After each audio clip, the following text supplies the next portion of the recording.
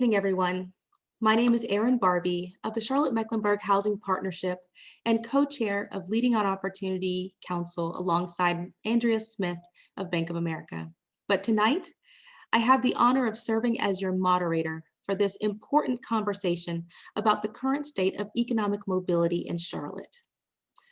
Often cited in the 2014 Land of Opportunity study published by Professor Raj Chetty and his colleagues identified Charlotte as 50th out of 50, the large metropolitan area with the lowest rates of upward mobility in the entire country. We've all heard it. Opportunity Insights, the Research and Policy Institute founded by Professors Raj Chetty, John Friedman, and Nathan Hedren, partnered with Leading on Opportunity and the Foundations for the Carolinas to better understand how the same big data that created the Land of Opportunity study could be further used to identify policy solutions that could reverse the trends of this data. With additional support from the Gambrell Foundation and in collaboration with the Brookings Institution and the Institute for Social Capital at UNC Charlotte Urban Institute, the partnership endeavored to do four things. The first was to use the additional data and analysis to more clearly uncover the factors that drive opportunity and inequality in Charlotte. The next was to identify research-based priority policy areas and policy pathways with the potential to significantly improve economic mobility rates. The next was to acknowledge areas with additional research where additional research is needed and build out local data and analytical capacity. And last but not least, it endeavored to support local conversations and efforts to promote policy and systems change. The partnership is releasing a 2020 report, and tonight we will be highlighting and discussing those key findings and takeaways from the analysis. But before we dig into the data, I want to cover a bit of housekeeping for our evening. So first, we have a link to the Charlotte Opportunity Initiative report that will be sent after the event. We want to hear from you about your comments or your questions. They're important to us.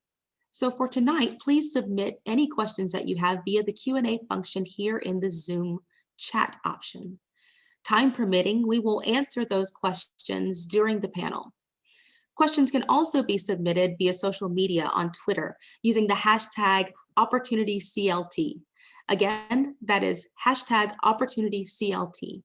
And we encourage you to use this as a platform because we want to help to keep the dialogue moving forward, and we'll be answering questions submitted via Zoom and on Twitter again after the presentation. Tonight, the presentation is also being recorded. So for those that have missed our conversations tonight, please pass this along as it will be available online. We have the opportunity to hear from a great group of people tonight. The first is David Williams, who's the Director of Policy Outreach with Opportunity Insights. You'll also hear from Richard Reeves, Senior Fellow in Economic Studies at Brookings Institute, Sherri, Chisholm, the Director of Leading on Opportunity, and we'll also have an introduction and opening remarks from Brian Collier, the Executive VP of the Foundation of the Carolinas, and Sally Gambrell Bridgford. Without further ado, I am pleased to introduce Sally Gambrell Bridgford. Sally serves as the president of the Gambrell Foundation. She has quickly become a voice for innovative philanthropic work that looks to close gaps of inequity and build communities that allow individuals to thrive and contribute. She and the Gambrell Foundation partnered with the Foundation for the Carolinas to fund projects that foster economic opportunity, upward mobility, and social capital, particularly for those at the bottom of Charlotte's economic ladder. This support has made the Charlotte Opportunity Initiative possible. I'll turn it over to Sally. Good evening. I am extremely honored to be part of this project and to work alongside Dr. Chetty, Opportunity Insights, UNC Charlotte, the Brookings Institute, the Foundation for the Carolinas, and our outstanding team at the Gambrell Foundation. At the Gambrell Foundation, we have a passion for fighting inequity. This means funding programmatic work that impacts the lives of individuals and families in our community, but also this means for us funding cutting edge research. We support funding research that constantly pushes the boundaries of what we know and ultimately shapes the very questions we ask about addressing the big issues in our community. Research and the funding of it is essential in navigating us more effectively in our programmatic work. And while we may not have and find the answers, we will learn from our work and try different and innovative things in the future. Like for many of you, Dr. Chetty's 2014 Land of Opportunity report resonated with us deeply. And it opened the eyes of many in our community to the reality facing too many young people in cities across America. So when Brian Collier said, Dr. Chetty and the Opportunity Insights team wanted to know if there was support in Charlotte to look deeper into how Charlotte ended up 50th out of 50 cities, we said yes. We view supporting this work as an important contribution, not only for Charlotte, but also for the other cities across our country that are tackling this important issue and addressing systemic barriers for children and institutionalized poverty. We really look forward to implementing the findings of this report and to allowing it to influence the additional efforts in the future so that all of our children can have access to being acting on the American dream. Thank you.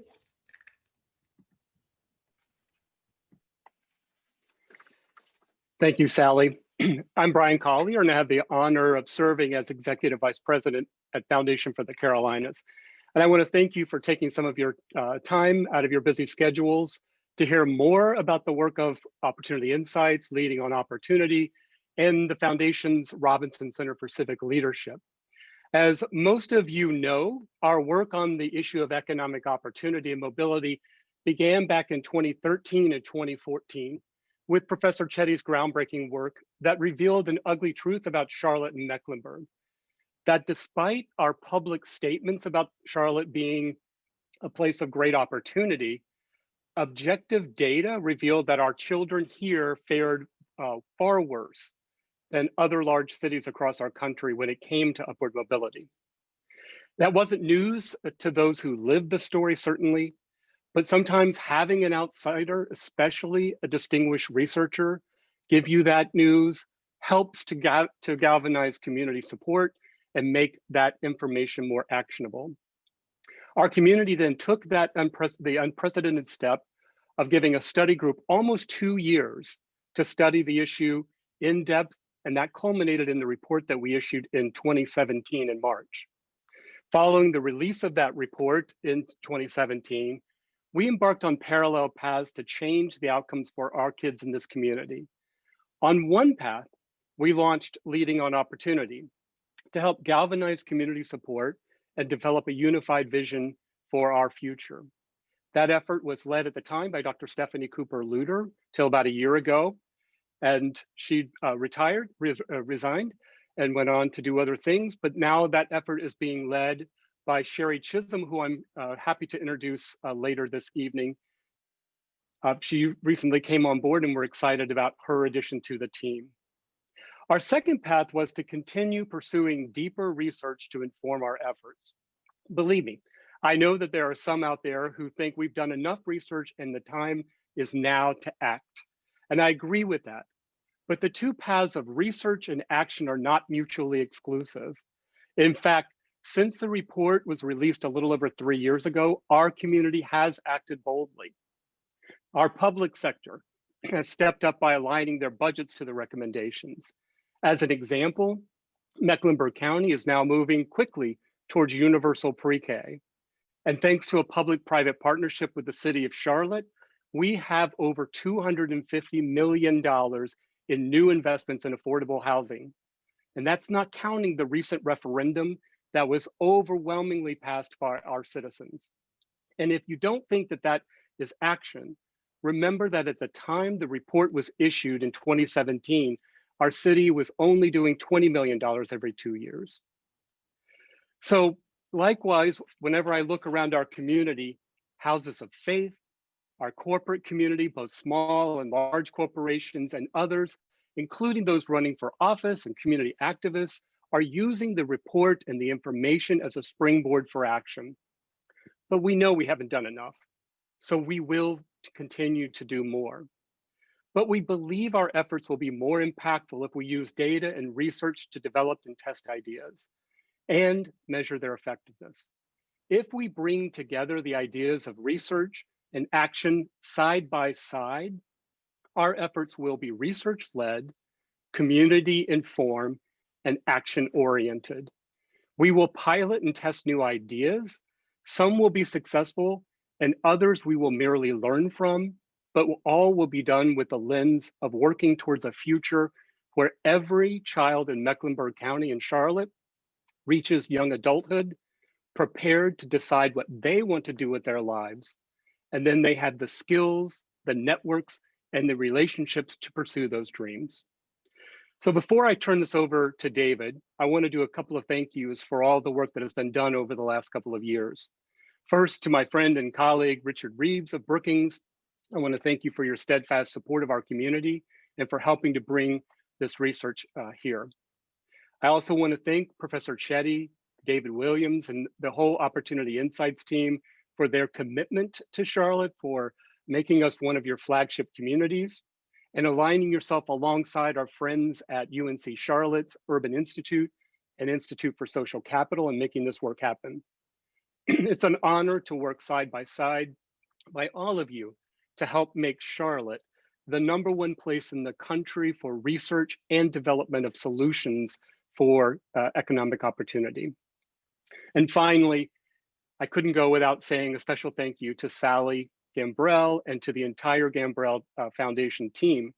Without their financial and moral support, none of this work would have been possible. So from the bottom of my heart, I thank you for all of that. So without further delay, I want to welcome David Williams. David serves as the Director of Policy Outreach at Opportunity Insights. Opportunity Insights is a research and mobility lab based at Harvard, dedicated to using big data to improve upward mobility in the United States. He's been given the huge task of supporting evidence-based policy change through partnerships across the country, including the flagship partnership here in Charlotte. So David, I'll turn it over to you. Brian, thank you very much. It's a pleasure to be here with you as always, and to be here with everyone tonight. Obviously, we're very sad that we couldn't be there in person. You know, our team at Opportunity Insights, we've really grown to love the Queen City and enjoy the time we get to spend there in the community and with so many folks doing such important work. So tonight, I'm really excited to talk more about the work we've been doing, our efforts to take the research that informed that 2014 study and dive deeper into Charlotte, right? To better understand what's driving economic mobility in Charlotte, right? What are the barriers and what can we do to increase upward mobility rates in Charlotte? And so what I'm going to start with is talking a bit about the research in general, right? Some of the findings that you may be familiar with and how this relates to national trends. And then next, really talking about those policy areas where we know we could have impact, right? Where the research is strong and there's already really great work happening on the ground. Because big data is powerful, but it's all about political will and finding organizations, people, and communities who are willing to use the research to really move towards action. And that's what we hope this presentation and this event can be a contributor to, really taking the research and starting to think critically around how we can turn it to action to create the kind of results we know we need to support the families who are the most in need. So to start, right, as mentioned, that land of opportunity study that showed that Charlotte had some of the lowest rates of economic mobility in the country. Now, what does that actually mean? So one statistic that you might be familiar with is that, right, for kids who grow up in low-income families in Charlotte, only 4.4% end up becoming higher income adults, right? Much lower than other communities across the country, right? Some places that have 10%, 11%, right? Much higher rates of upward mobility. But what does that mean? So currently there are almost 45,000 children growing up in poverty in Charlotte, Mecklenburg. And if the status quo is maintained, if we have those same rates of upward mobility and things don't change, 26,000 of those children will remain lower income, making less than $31,000 a year in adulthood. But something that's important to note is, right, this is not just a Charlotte specific phenomenon, right? We've been seeing rates of upward mobility drop across the country for decades, right? The idea of the American dream, the idea of upward mobility was almost a guarantee for individuals who were born in the 1940s, right? Folks born in that decade had an over 90% chance of growing up to earn more than their parents. But that guarantee has faded dramatically over the past half century. So much so that for individuals who are in the job market today who were born in the 1980s, that guarantee is more or less a coin flip, right? Folks have a 50-50 shot of growing up to have a standard of living higher than their parents. And again, Charlotte is not alone, right? This map is looking at upward mobility rates across the country, right? And we see places like the Great Plains and communities on the coast in these blue and green colors, where we have very high rates of upward mobility, right? Children who grow up in families making $27,000 earn upwards of $30, $40, sometimes $50,000 on average, higher than any rates we see across the world that we have data for. But you do see these broad swaths of red in the Southeast, in the Rust Belt, in my hometown, places like Detroit, where you see these lower rates of mobility. So Charlotte's not alone, right? Communities like Memphis, Atlanta, Charlotte, all of these places suffer from these same low rates of upward mobility. I think something that we found interesting in the data was not just the geographic variation, but especially places like Charlotte that have been growing tremendously over the past 10, 20, and 30 years, right? That prosperity is not translating to opportunity for local children. And we see that across the country, right? Traditional metrics like job growth rates do not seem to be associated with rates of upward mobility. And I think it forces us to really think critically around how we develop human capital, right? How we support and empower local families and children to be able to take advantage of the opportunities that exist just down the road. Because job growth, a strong economy, right? We know that those things aren't enough because we see it in the data. Another important factor that we see is the impact of race and racial disparities. This map is looking at upward mobility rates, but specifically for Black men compared to white men. And something to note is that these two maps are on the same color scale. So what that means is that across the country, the best places in terms of outcomes for Black men are still worse than the worst places for white men, right? In communities across the country, in the same city, in the same neighborhoods, we're seeing very different outcomes for young men who grew up in similarly low-income households. But based on race, we're seeing very different outcomes.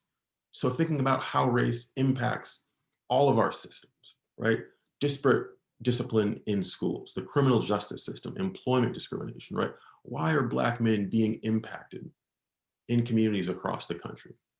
But something to note, though, is despite these racial disparities, economic mobility is an issue for all groups of folks in Charlotte. And interestingly, compared to white men in other communities across the country, white men in Charlotte have some of the lowest rates of economic mobility. So as we're thinking about race, we must think thoughtfully around how race impacts outcomes within our communities. But economic mobility is an issue for everyone in Charlotte, so it's something that we should all be organizing around. And COVID, right? I think we would be having this meeting in person if it wasn't for the pandemic. And a lot of the issues that we saw in the data before are being exacerbated by this crisis. So something we see in the data using private sector information from a wide range of companies is that the economic crisis born out of COVID in some ways is actually over for higher wage workers, right? So employment rates after taking a slight dip for high wage workers have actually returned to pre-crisis levels here in Charlotte as they have across the country. But for low wage workers, they're still feeling the brunt of this recession. So in Charlotte, 12.5% of folks who are employed in lower wage jobs still aren't back to work. So as we think about the disparities between income groups, thinking critically around these folks are being extremely hard hit by COVID, and that we need to double down our efforts if we want to reach the goals that we set out before the crisis hit. And there's also long-term implications. Using a learning platform called Zern, we've seen that across the country, student progress in math and other subjects dropped precipitously after school shut down in the spring. But this is especially true in Charlotte. And even through this school year, we're seeing that student progress in math is down by almost 80% on some of these online curriculums, much lower than the vast majority of large metropolitan areas across the country. So again, really thinking about how this crisis is exacerbating many of the same issues we were focusing on, and how kids who we were once worried about are continually falling through the cracks. And how do we reach out to them in our most vulnerable communities, in our most vulnerable families, to make sure that the work we're doing is not being impeded and falling behind because of this crisis. But what's important to note, and what we're especially excited about, is the response to this data, right? When we heard from folks in Charlotte, it was not defensiveness. It was not saying there must be something wrong with the data. It was saying, there's a lot of great things happening here, but we also want to be a high mobility rate place. We want to be a city of opportunity. And so we've been pleased to work with the support of the Gambrell Foundation, Foundation for the Carolinas, to really bring together local data partners like UNC Charlotte, the Urban Institute, and the Institute of Social Capital. Leading on Opportunity, who I think is so well positioned to help push forward these conversations about research into real action, right? There are very few communities who've organized around these issues in the same way that Charlotte has. I think there's a real opportunity to push forward in a very substantive way. And of course, our colleague Richard and his team at Brookings, really helping think through turning the research into real action.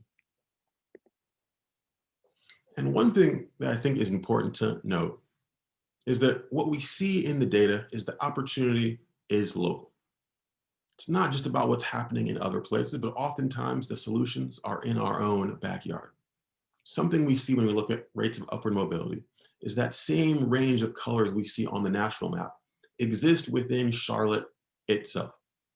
And for many of you who are familiar with the geography of Charlotte, you're probably not surprised, right, that the southern part of Charlotte, that's traditionally more affluent, right, those darker colors of green and blue, has much higher rates of mobility than many parts of the city, like the crescent, parts of northern Charlotte, the west and the east, where we see these dark red colors, very different rates of upward mobility. But something that when we dive a little bit deeper, we see these general trends, but I think there's real power in looking at the nuance. And one neighborhood that I found particularly interesting on the west side of the city is Old Whitehall, a very diverse neighborhood, largely Black and Hispanic. It actually has higher poverty rates than the average poverty rate for Charlotte, but it has extremely high rates of upward mobility for almost all groups.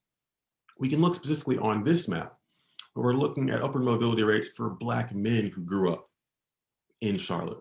And what we see is that on average, these young men grew up to earn $31,000. Again, very high rates of upward mobility. That blue means that compared to other places across the country, very high rates, and much higher than neighborhoods just a few miles away. And again, these are kids who are growing up in similarly low-income families. So thinking about, not just these affluent areas of the wedge, but right, there are these outliers, right? These places that have high levels of social capital and neighborhood cohesion and are really able to support their children effectively, right? What lessons can we learn from these neighborhoods, and what other lessons can we learn from Charlotte to apply to the rest of the community and hopefully to the rest of the country?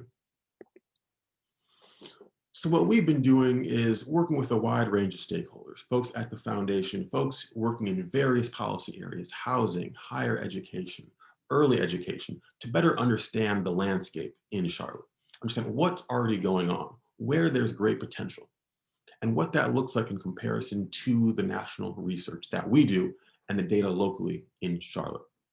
And the goal is to identify policy areas where we can take action now that we know can have real transformative impact, but also to identify those areas where we might need to do more research and exploration to better understand what those next steps might look like. So in the report, we go into more depth, but those action areas are threefold. One, investing in the health and education of low-income children, right? These types of investments really give us the biggest return on investment and have the potential to have real transformative impact. Two, deconcentrating poverty and decreasing segregation, right? The data shows that neighborhoods matter and can significantly impact long-term outcomes. By empowering families and increasing access to a wide range of neighborhoods, especially places that have higher outcomes, is one proven method of increasing upward mobility. And then three, increasing access to higher education. Similar to how we're able to see the impact of neighborhoods, colleges and universities can also be economic mobility equalizers and really help push kids into the middle class and beyond. So exploring how to increase access, especially for low-income students, into schools that have a proven track record. And then those areas for further exploration. Supporting place-conscious initiatives. There are great examples from across the country of great neighborhood revitalization efforts. And there's great organizations locally in Charlotte doing amazing work. But there's still more research needed on how to actually scale those types of projects and do it at a community-wide level. So really investing in current initiatives and making sure that we're evaluating best practices to amplify that work and make it more broadly applicable. Two, we already saw the impact of race and discrimination and racial bias, and exploring how those issues impact all key policy areas, again, criminal justice, employment discrimination, education. If we don't understand the impact of race, we're always going to have those gaps, which in large part drive some of the outcomes we see in Charlotte and in communities across the country. Three, identifying ways to build social connectedness, right? We see in places where kids have people they can relate to, where we have stronger social networks and neighborhood cohesion. This can really drive outcomes. But we still need to explore how can we turn that into effective programs and policies? How can we build social capital in a way that really drives outcomes and opportunity? And then four, as we move forward, making sure that we're increasing our data and evaluation infrastructure to track our progress and hold ourselves accountable. And today, briefly, I want to talk about these three policy action areas. We talk about all of these sections in the report, but for today, I want to briefly highlight these policy action areas to hopefully help kick off a conversation around next steps. So one, investing in health and education of low-income children, right? Why is it important? Well, so in Charlotte specifically, kids that grow up in low-income households, on average, earn $26,000 in adulthood. Almost half of what higher income kids make in adulthood. That's a huge gap that we need to close. But we know these investments work. So for example, having a good kindergarten teacher instead of a below average teacher can result in $16,000 more over a child's lifetime in earnings. Having a great teacher instead of an average teacher in elementary school can result in $50,000 more over a lifetime, right? We've done rigorous experiments. We know these types of interventions can have impact. Brian mentioned the great work already happening here and the county taking a bold approach to increase access to public pre-K. You also have programs like Read Charlotte, which bring an evidence-based approach to increasing literacy across the community. And initiatives like Greenlight Charlotte, bringing other rigorous programs like Parent Child Plus to really drive better outcomes. And what kind of impact can that have? One thing our data can do is help us better understand what the potential impact of these interventions might look like. So for example, based on other research of similar Head Start and pre-K programs, if the county is able to continue to push forward and hit their goal of 80% enrollment in pre-K, that could represent $65 million in increased lifetime earnings for every class of children, right? Bringing real opportunity to the community, making real change. So continuing, especially in this time of COVID, when budgets will be hit hard, making sure that we continue to prioritize these types of investments where the evidence shows we can have real impact, must remain a priority. Next, deconcentrating poverty and decreasing segregation. We know our communities look the way they do for reasons steeped in history. Racial discrimination, housing discrimination, redlining. Our communities were formed with the stain of race and racial bias. And they've largely shaped what our community looks like today. We have large swaths of the city that are affluent and largely white, and more diverse parts of the city that are often lower income. And something we see is that our affordable housing investments, very important resources for families across the community, that provide housing stability and security. But in some ways, and we see this across the country, they may be exacerbating these same patterns of residential segregation. So here we're looking at housing choice voucher locations, private rental subsidy locations, and affordable housing developments. And they're largely concentrated in these areas of red, right? Areas where we see lower outcomes for the children who grow up there. But we know that there are ways to start to reverse these trends. At Opportunity Insights, we worked with housing authorities in Seattle and King County on a program called Creating Moves to Opportunity, where we provided customized search assistance to families receiving housing choice vouchers, basically rental subsidies for housing. We engaged with landlords in some of these higher outcome places to break down the stigma around working with housing authorities, but also the stigma that some of them felt around working with families who are lower income and using housing choice vouchers. We also provided short-term financial assistance to these families to help with moving expenses and other costs associated with their moves. And something we saw was that this intervention made families almost 4 times more likely to move to these higher outcome places. Right, so this is just one example of a tool we have to start to reverse these trends of segregation that we see throughout our community. And what's exciting about Charlotte is that, right, the community is really putting its money where its mouth is, starting to invest more significantly in affordable housing. But we need to make sure that we're not just focused on creating units, but really leveraging this policy as a springboard to opportunity. And there's great work happening. Habitat for Humanity and nonprofits are working on source of income discrimination laws and rules to make sure that families aren't illegally barred from moving to wherever they want to move throughout the community. The Housing Authority here in Living is working on a program that's very similar to Creating Moves to Opportunity, and we've had the pleasure of working with them to try and expand their program and increase access for their families. The Away Home Rental Subsidy Program, other programs sponsored by the county and the city, right? Zoning reform, thinking critically around all the different policy levers that can be pulled to create greater access and start to deconcentrate poverty in the community. And they can have real impact. For example, based on where the majority of in-living housing families live today,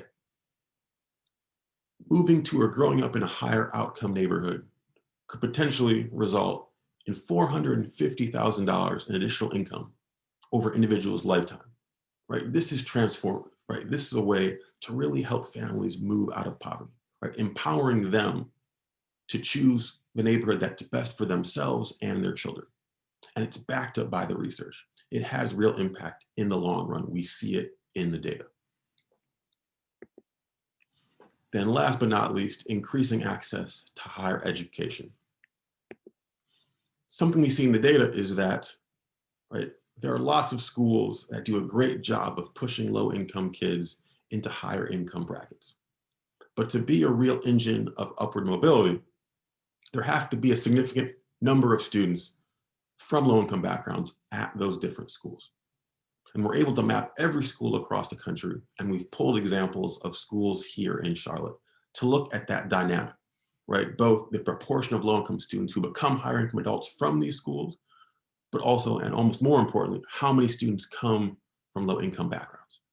And thinking around how we can leverage our higher education system to truly serve as an engine of upward mobility. And similarly, we've seen great progress on this front. Schools like Johnson C. Smith focusing on economic mobility as a core institutional goal.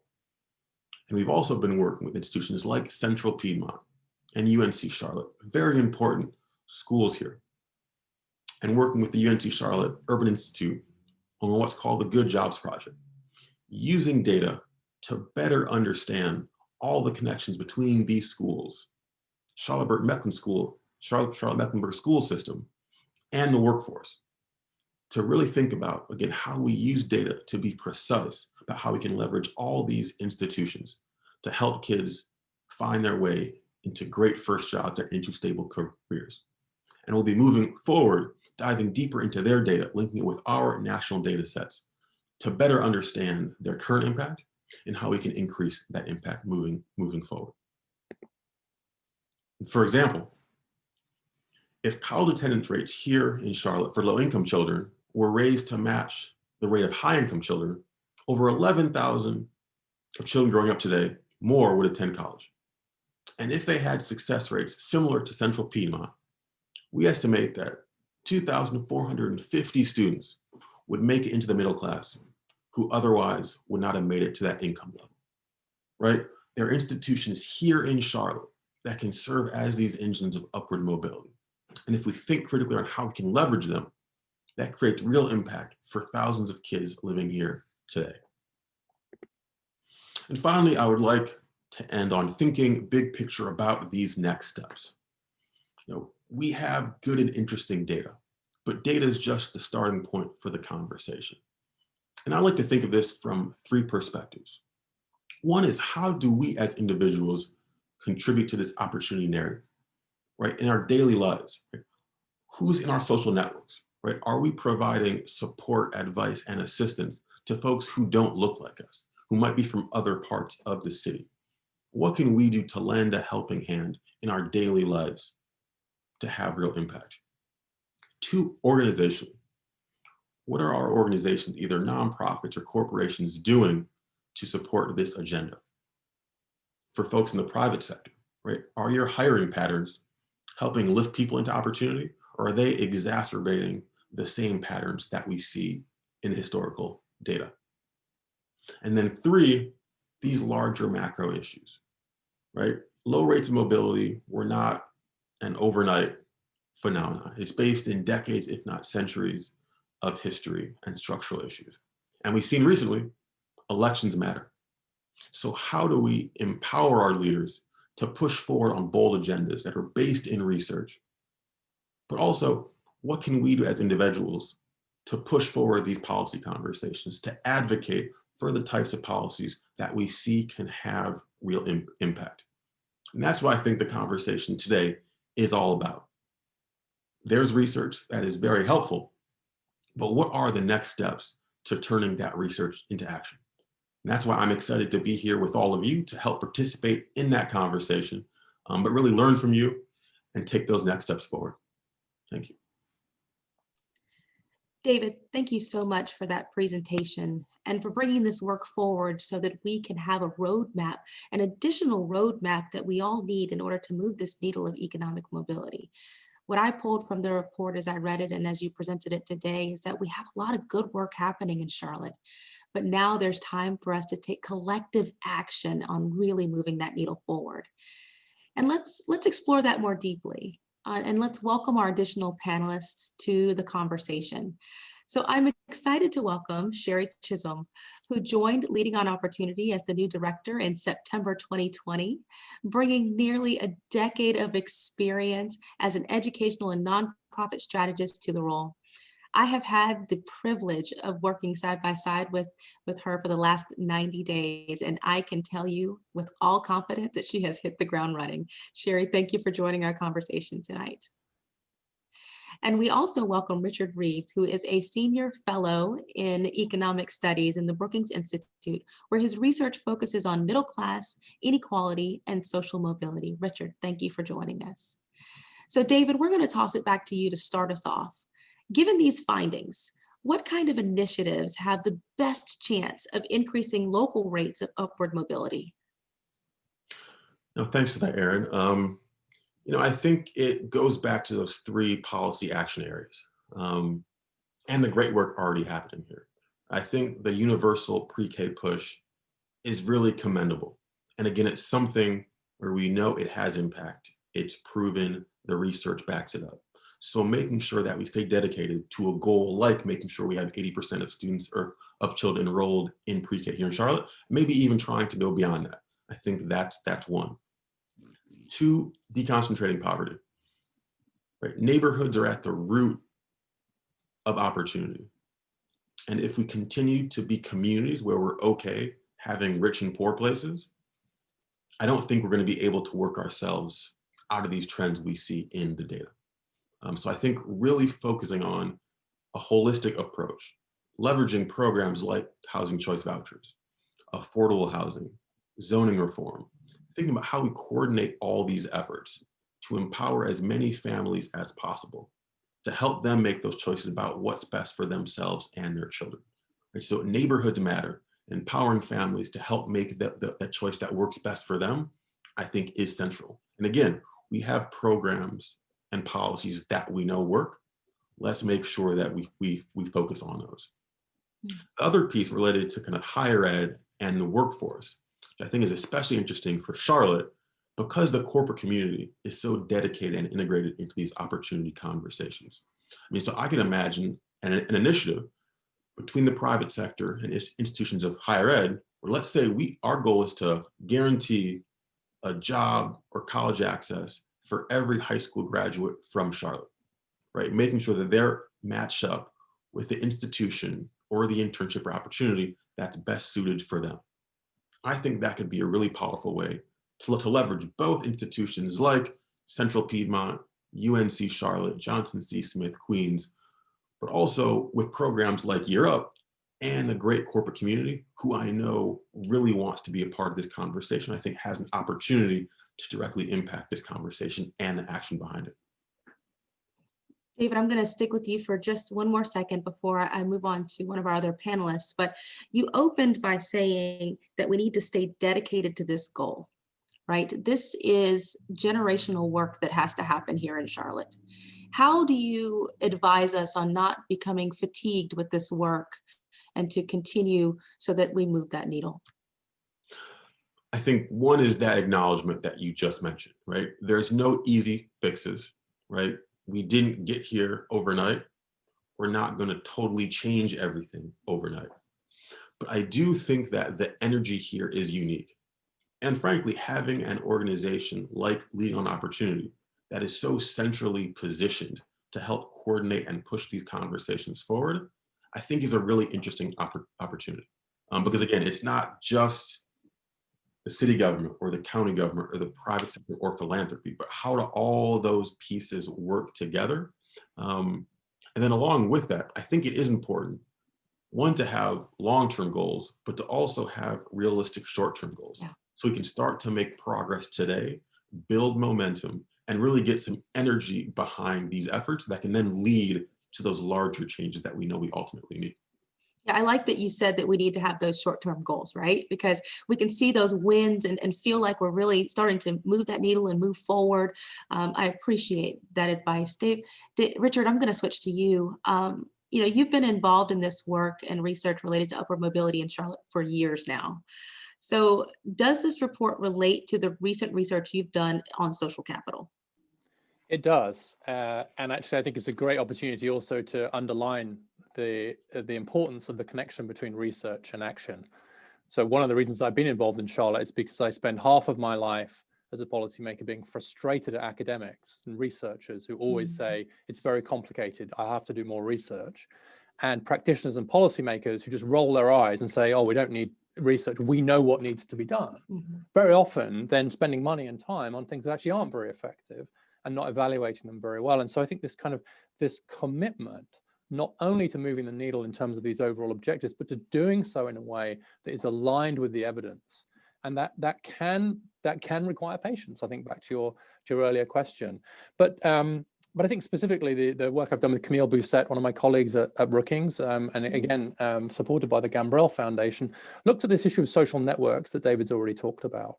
And what that research finds is that in particular, young Black men are very isolated in Charlotte. You know, the number of people that they can sort of turn to is very, very small. And I think what that speaks to is that the networks that are formed in institutions of education, and in neighborhoods and in the labor market, those networks are very often the portals to power and to opportunity. And so to the extent that Charlotte remains partitioned along these lines in terms of access to opportunity, then it becomes extremely hard to achieve the objectives we've talked about. And so there is this kind of need to open up the networks of power and opportunity, which I think will come from the desegregation that David talks about, but at the same time might also need to precede that. Because so long as we remain so segregated from each other, it's harder to build the political will that David talked about to seriously address it. So we have a vicious circle here, whereby segregation creates distance, which undermines political will to make change happen. And it's breaking that vicious circle that is the biggest challenge facing Charlotte. Thank you for that, Richard. I just have a follow-up question for you.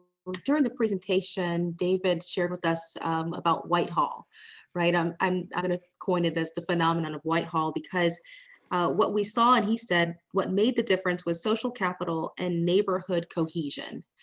Within neighborhoods in Charlotte, that doesn't always exist, obviously. So how would neighborhoods be able to create social capital and neighborhood cohesion? Can it be done by the people that live there, or do we have to have outside factors influencing it? Well, I think the evidence is, first of all, that it matters hugely. And obviously the work of Opportunity Insights shows that places matter. Places matter for certain groups even more so than others. And actually, it looks as if for particularly Black boys, the neighborhoods that they grow up in are even more important perhaps than for some other groups. So this issue of desegregation and neighborhood connection is very important. But when we talk about something like social capital and cohesion, it's really important to be clear what we're talking about. What we want are the kind of neighborhoods where the cohesion leads to opportunity. Right, you can get a kind of cohesion, which is almost like a totally understandable but defensive cohesion, right? And so you might have like rich networks among lots of other people, all of whom equally lack opportunity. That is powerful in one way, but on the other hand, it doesn't do anything to bridge across those networks. What you need is what the wonks call bridging social capital as well as bonding social capital. So within those, so I do think the neighborhood cohesion is important, but it should not be mistaken for an alternative to the kind of deconcentration and desegregation of neighborhoods that I think David quite rightly pointed to. And very often it is. There's sometimes a kind of nostalgia for sort of the strong neighborhood cohesion of old working class neighborhoods, or sometimes of old kind of African-American neighborhoods. And sometimes that nostalgia, I think, can be an obstacle and to making more progress on integration, and sometimes even used by those who perhaps are threatened by the idea of desegregation as a reason for inaction. And I think that might even be true for some of the folks in Charlotte. Mm-hmm. Thank you for that. I think we could have a whole conversation on social capital by itself, right? But tonight we're gonna focus on the research. And Sherri, I want to toss it to you. How does this kind of research relate to the work at Leading on Opportunity? And more specifically, what in this report strikes you as the most relevant, relevant as you are developing your strategy? Thank you, Erin. I appreciate the question. In reading the report and hearing from David, we've discussed about that a lot of this, of course, built on what came out in 2014. And I think that it's important to recognize the linkages that remain is not necessarily a bad thing, but confirmation of what we know to be true and how we know we need to move forward. I do, as a newbie to Charlotte and who's lived in several cities, Charlotte is a very unique place in the level of organization that has been galvanized around this work. And that's the most encouraging. As Richard talked about, having the corporate community at the table in an organized way is not something you get most places, and something that we need to definitely capitalize on. But when I think about what is most relevant is taking what we know to be true and the work that's already happened and thinking about how we can be more strategic with that. While everyone is at the table, it's also important for us to think about how we're distributing that power, whose voices are centered in those conversations. If we look historically, most often movements have been led by those most impacted. And so are we making sure that those folks also have a voice in what the strategies look like and how we evaluate what success looks like? And so that's what I think about most as we think about implementing these strategies. And then the process person in me, you already picked up on it, Erin. This is generational work. We carry the baton for the time that we are here. And so with that being said, we also need to feel like we're getting some wins. And so thinking about in the short term, year after year, what does success look like for us as a community? And individually in the small decisions and the quiet decisions, what are we doing to make sure this work is true? Absolutely. So Sherri, sticking with you, we hear the term systems change all the time, right? We've got to change the systems of education, change the systems of healthcare. You know, knowing this work from its research, did that change your thought process on systems change as a whole and what we need to do in Charlotte? I'm interested in digging into that a little bit because I think it's a term we use way too often. Right. I think it's a term that we need to define for ourselves as a community in terms of what does success look like in terms of systems change. It's tossed around, you know, systems change, ecosystem work, there are lots of buzzwords. I don't think this report has changed that, but it's given further further evidence into the importance of a narrative and common language when we think about what it is we need to do and how we coalesce around that. Thank you for that.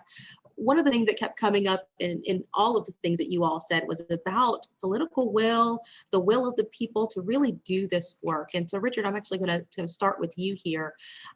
When you and I spoke prior to this event, we talked about culture and attitude of the community in order to impact policy change.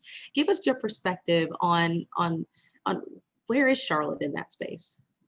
I think this actually builds on Sherri's point around and your question about systems change. I think that there is a downside to talking about systems. The upsides, I think, are too obvious, perhaps, that I don't have to spend too much time on them. But the downside is that sometimes then it seems to mean that the individual is somehow abdicates responsibility, right? And so it's like, well, we need to change the system. So we need to change the education system. Okay, we all agree that. So let's say that means we have to sort of desegregate Charlotte schools somewhat, or reallocate school funding within Charlotte such that it's more equitable. Well, what does that run into? It runs into actually some people that being uncomfortable with that and some people not wanting to do that. And so the thing is that systems don't get created out of thin air. Systems and institutions and the culture are the result of the cumulative decisions and actions of every single person in the community. They're not something that's just happening to us. They're something that we are actively creating every single day through our own actions and so on. And so actually there's I'll use a deliberately provocative term, but one of the things I worry about in this debate is what I call the woke NIMBY. Right, and this is the person who has all the right opinions, who all the right signs, etc. But when it comes to actually the really tough decisions about boundaries of schools, about the allocation of scarce educational resources, about the building of affordable housing, perhaps not too far away from them, their wokeness just diminishes somewhat, right? And I said it deliberately provocatively because I do think that that kind of culture change is a necessary part of creating a climate within which you can bring about these policies. Mm-hmm. It's a vicious circle, as I said, but I think we have to be quite self-critical here as well. And Charlotte is a progressive city in what remains a Republican state. And lots of people with kind of progressive views, but I think now is a moment to say, we know some of the stuff that has to happen. It's going to cost us something, and we're going to all have to commit to this. This is not just a set of opinions. This is a set of actions. And that's where it gets more difficult. Thank you for that. I like that you were being provocative because we need to hear that, right? We need to hear that we have our own biases, and unfortunately that does play into our success. So we do have a question here in the chat that I want to pose. It's from our mayor, and she says, thank you, Richard, for the focus on social capital that is positive and represents opportunity. I wonder, how does Charlotte accomplish desegregation? Has any city done this well? David, I'm going to let you start with that, and then maybe Richard, you can end with it. That's a great and big question. So my sense is that there are great strategies. I do not know if there is a place, especially a place that looks like Charlotte, that has brought it all together in a transformational way. I think to what Richard pointed to in building that political will, something I could almost imagine is, right, there's the broader goal of increasing economic mobility rates. Mm-hmm. We know neighborhoods matter. We know they can change outcomes, especially when low-income children have greater access. I think actually saying, here's our goal. We want X number of low-income kids to have access to these places, and we can put real numbers to that, right? We know, how many vouchers there are. We know how much programs like Creating Moves to Opportunity cost. We know how much it takes to build affordable housing in some of these higher outcome places. We can put numbers to it, and we can also explore, right, what are those policy decisions that might need to be made? And I think actually putting the numbers to it, putting a dollar amount to it, outlining that political process to say, hey, if we want to get here, here's what we're going to need to do. And having that hard conversation saying, are we willing to invest that amount? And do we think we'll be able to build the political will to make those choices? Right? I think sometimes the data can be used to help us really pinpoint what we'll need to do to get there and help us ask those hard questions. And maybe this year might not be the year to start that initiative. Maybe it's something else where we actually have that pathway. So I think using the data to identify what that pathway is, then being very realistic and kind of taking a hard look at ourselves to look like what that pathway forward might look like. Thank you. Richard, you want to add to that? Sure, I'll be brief. I mean, the honest answer is no.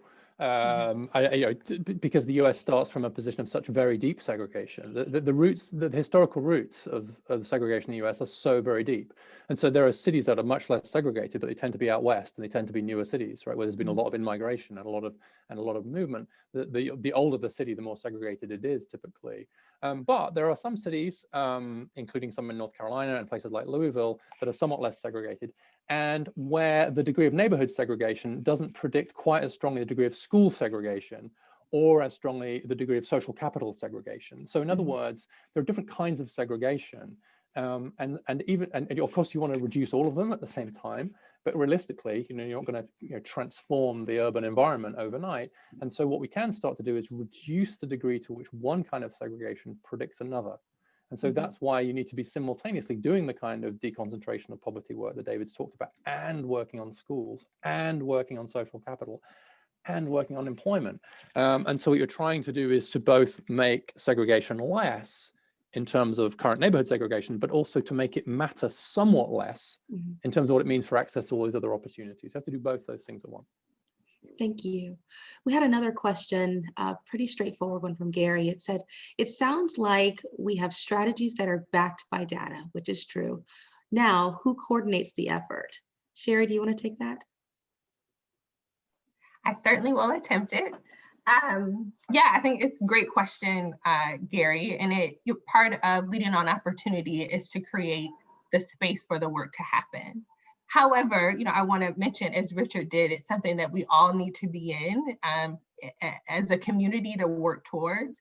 And I don't want to diminish, and as a matter of fact, I want to highlight the folks who are already doing this work in Charlotte. It is not the role of leading on opportunity to take over or create new strategies. The folks who are here know what the right thing is to do.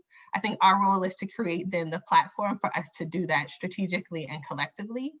And beyond the how we're going to do that, who's going to lead that effort, I think we need to get really clear on one or two whats. So what are we all pushing forward together? What 2 to 3 priorities are we going to focus on for a while? And making sure that we're coming together to evaluate our success on those things and to innovate along the way. Thank you, Sherri. So our time has gone by very fast. We had an hour dedicated to this conversation, but we know that this could be 3 and 4 and 5 meetings just to talk about specific areas.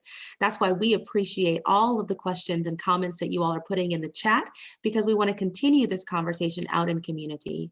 I'm going to ask that our panelists leave us with one last thought before we close out as next steps that they would recommend as we evaluate this research. So David, I'll start with you.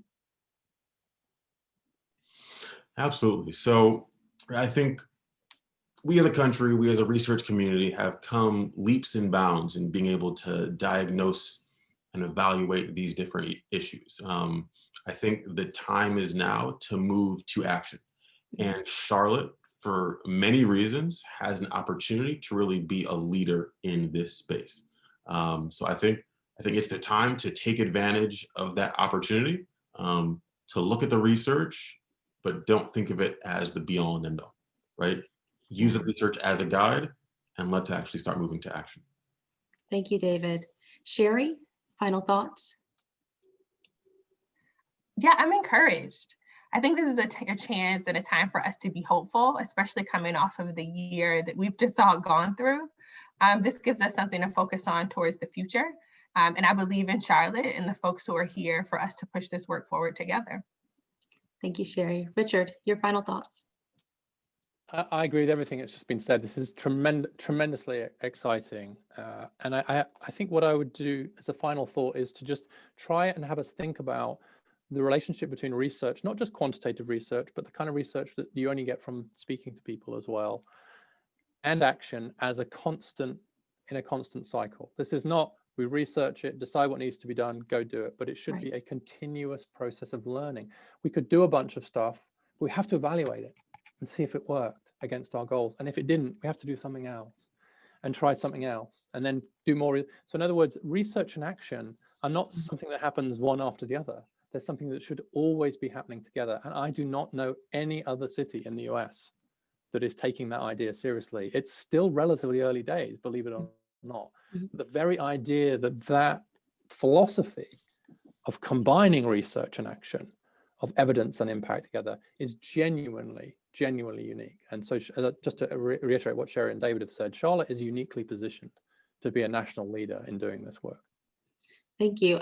I walk away feeling hopeful for Charlotte, right? I feel that we are on the right path.